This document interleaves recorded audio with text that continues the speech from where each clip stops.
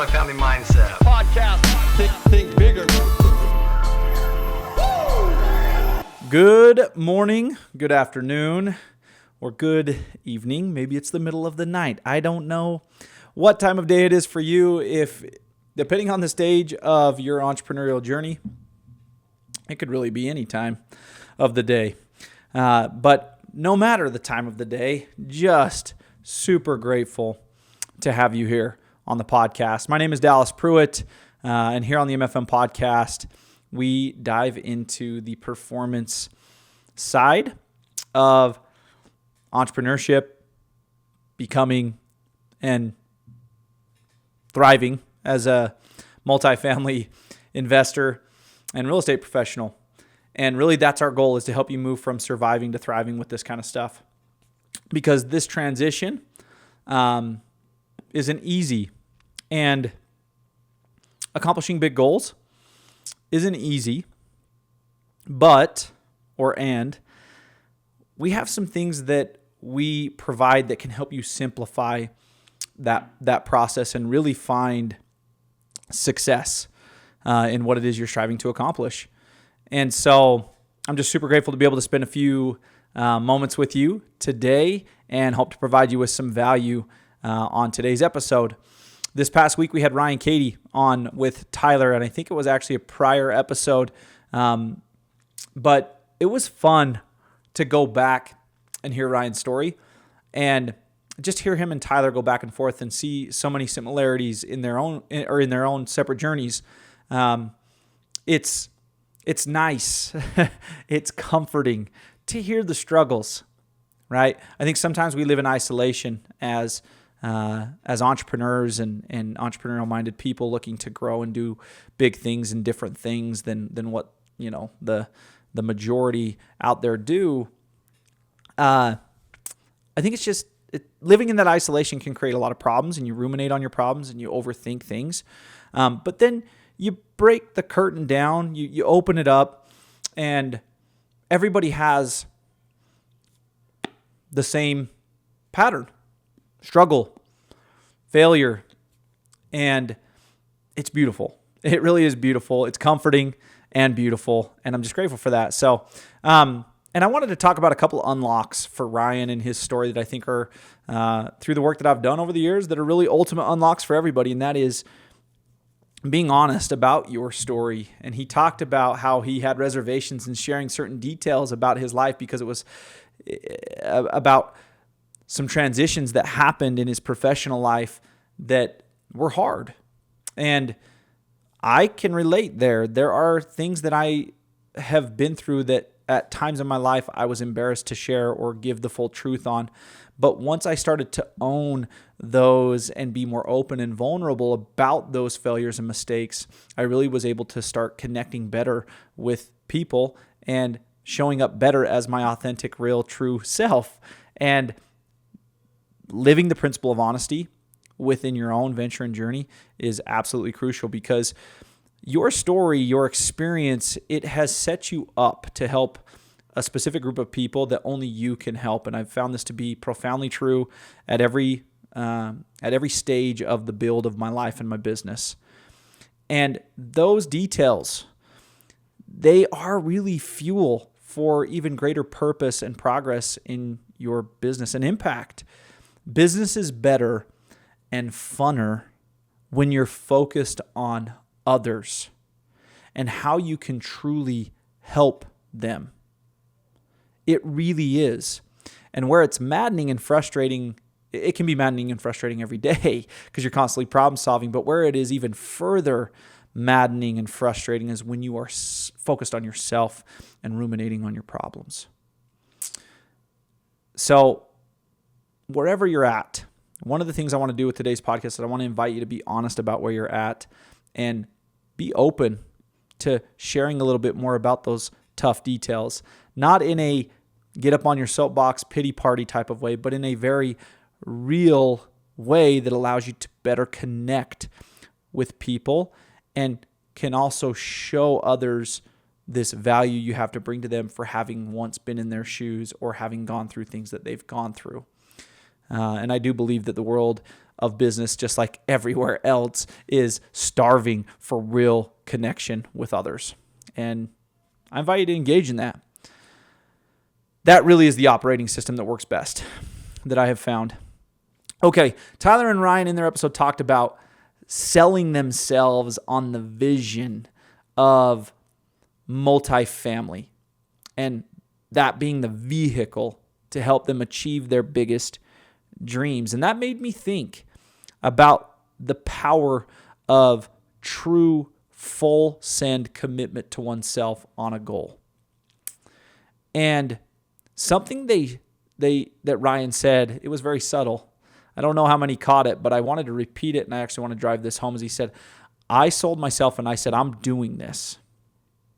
Not I need to do this, but I'm doing this. And what I want to point out here is that doing this is fluid. Doing this is ongoing. Doing this is a continuation. Doing this is different than saying I'm going to do this. I'm going to check this off the list. I'm going to do this is different than saying doing this. And I know that sounds weird, but I really believe and have found through consistent work with driven individuals over the last almost 10 years now, what keeps them from achieving, keeps the majority from achieving their goal and goals within the ultimate goal, is they stress out about being something or looking the part and it appearing to look like success, instead of focusing on becoming a success, instead of focusing on doing the work and becoming in that process. And so with that, what I want to do today is, as I do often, is I want to ask everybody a better question. I want you to ask yourself a better question. And that better question is, where are you at in the process of whatever that goal is that you set for yourself? And pretty cool here that we all have this joint goal of multifamily investing, becoming an investor, working in real estate, doing deals. Right? But I want you to genuinely and honestly, in reality, ask yourself, where am I at in the process? Because I do believe that many entrepreneurs, dreamers, we get caught up in living in a spot that isn't really the spot where we're currently at, and that really trips us up at times. And when we get to that spot where we're really at, we start to get uncomfortable. It's like, oh, wow, there are a lot of things required right now. There are a lot of steps, but that is an unlock. That is crucial for making real progress, substantial progress, and refining your system that is producing ongoing results every day in leading up to the big results that you're striving for. Accruing the small wins is crucial. You cannot achieve the big one without accruing a ton of small wins in between now and whenever that is. So the next better question I have for you listeners is this, are you working on the things that are most relevant to where you are really at right now? Or are you focused on some things that are irrelevant to the point you're currently at? There's a lot that goes into becoming a multifamily investor. There's a lot that goes into getting on your first deal. There's a lot that goes into growing a real business. There is a lot of intentionality you must bring to the table every day if you're truly going to do the things that you say you want to do. So, how are you orienting yourself daily on those things? How are you bringing real intentionality and purpose that breeds real progress to your days every day? Mindset matters, but systems matter as well. And we actually have something that helps you to do just this. This is why I brought the growth guide journal into existence is because I was that entrepreneur suffering. I was that person suffering from going from ideation or idea or goal to actual fruition, bringing something to life. And I was having a hard time orienting myself on all the things that were required and living in the moment, making the most of my days and refining my process so that it would produce real progress and real results. And so I just wanted to do a little plug in here, as you'll hear probably regularly on the podcast moving forward. We have a tool. It's called the Think Bigger Journal. It's an amazing tool that can help you to, again, orient yourself to the real spot you're at, help you refine your process within that real spot that you're at so that your work every day is producing real results and you're making real progress. And that is what we're in the business of doing, is helping you really accomplish these things over the long haul and not stay stuck in just thinking about them. Which brings me to something that I wanted to close out with today's podcast. And that is, Ryan talked about imposter syndrome. And I think this is a regular thing for entrepreneurs, real estate professionals, and things that we just deal with as people looking to grow and change. And we're gaining new experiences all the time. And I wanted to go through some things to help you combat imposter syndrome, because it's a real thing.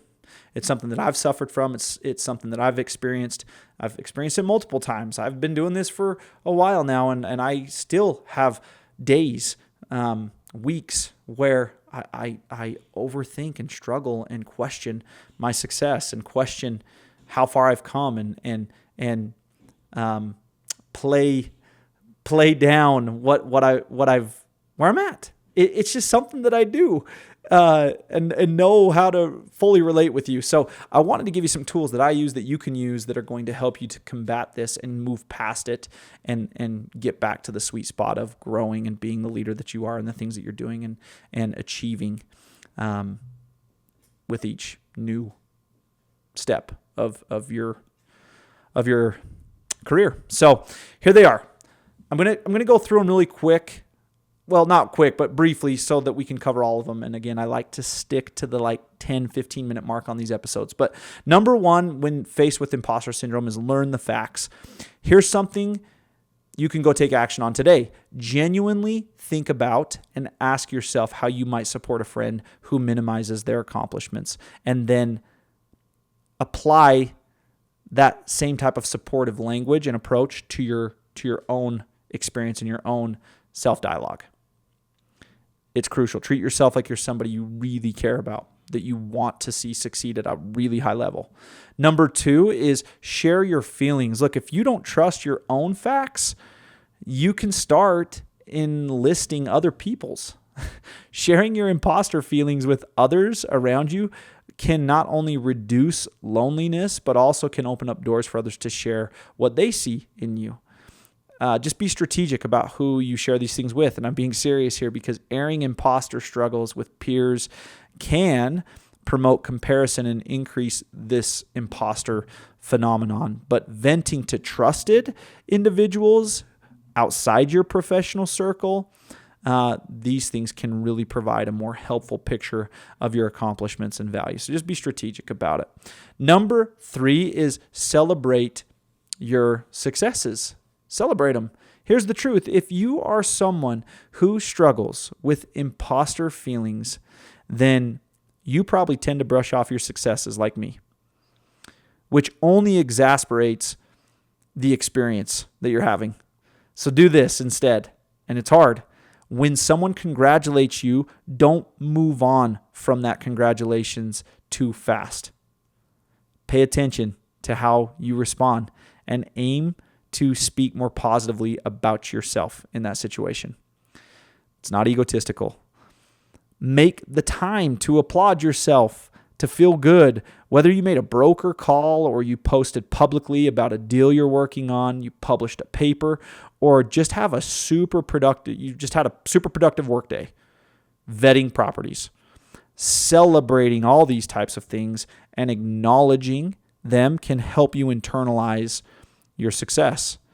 Number 4, let go of perfectionism. You don't have to lower the bar by any means. That's not what I'm saying. But adjusting your standards for success can make it a lot easier to see and internalize your accomplishments. What I mean here and what research suggests is to focus on your progress rather than aiming for what a lot of us do is perfection.